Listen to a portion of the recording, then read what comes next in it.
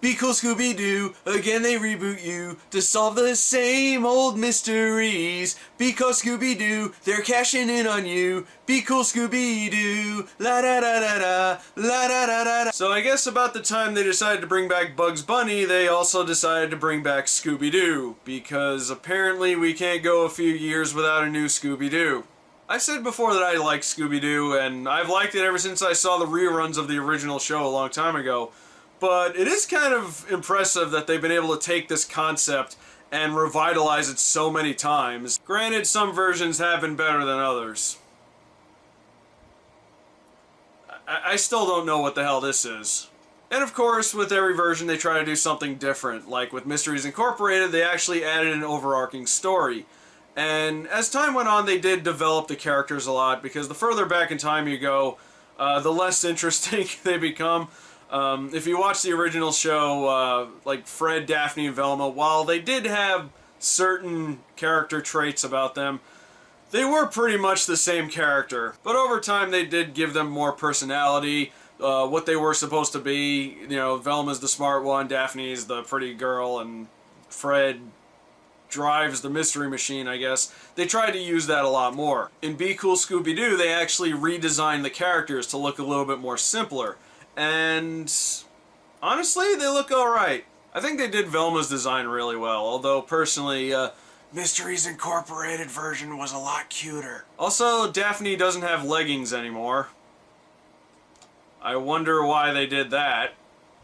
Something about Fred freaks me out, though. I think it's the eyes. He looks very bug-eyed, and I think I'm still used to the patented Hanna-Barbera beady eyes that he usually has. It looks like he's staring at me. Seriously, it's starting to freak me out. Stop staring at me, Fred! No! No! No! Also, my god, the size of the chins in this show. It'd make Transformers Animated jealous. Also, I like how the designs of the monsters reflect the ones from the original show, so that's pretty cool. One of the great things about Scooby-Doo is how consistent the voice acting has been. For example, Frank Welker plays Fred and Scooby-Doo in this version, and he's actually been playing Fred since the first series. I believe he was replaced one or two times, but aside from being one of the greatest voice actors ever, that is just dedication right there. Matthew Lillard plays Shaggy, and of course he played Shaggy in the live-action movie.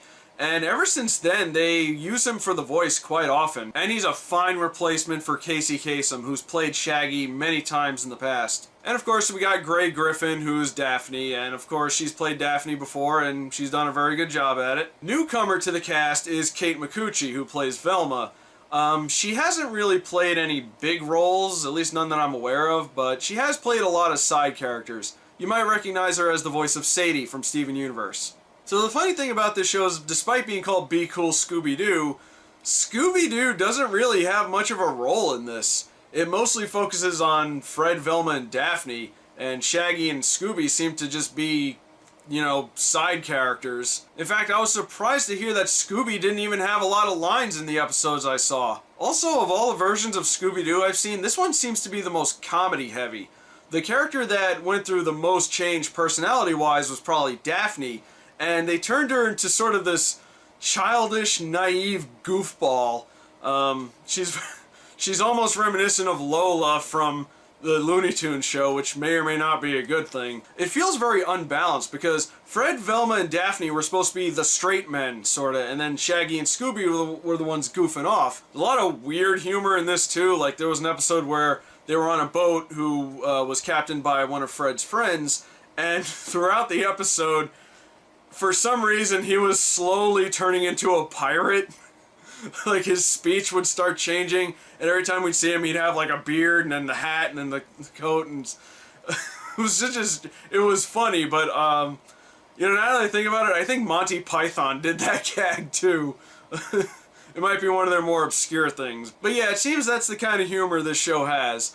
As far as it being a Scooby-Doo show, it's about average. I mean, if you love Scooby-Doo, you're gonna like it. I do like how, when they're explaining how they solve the mystery, they go into this whole CSI thing where Like, they show diagrams and charts and, you know, where this character was and where that character was and all that. That's pretty cool. It also seems to be a little bit more condensed, because usually with Scooby-Doo they have like a whole cast of suspects that you have to go through, but in this one usually doesn't go past maybe 2 or 3 characters. I guess it does streamline the show nicely, but at the same time it does make it feel a little bit cheap. But overall, I really liked it. I thought it was pretty funny. Again, if you like Scooby-Doo, check it out. So that's all I got for Be Cool Scooby-Doo. Leave a comment below and let me know what you thought of it. My name is Rob, and have a wonderful day.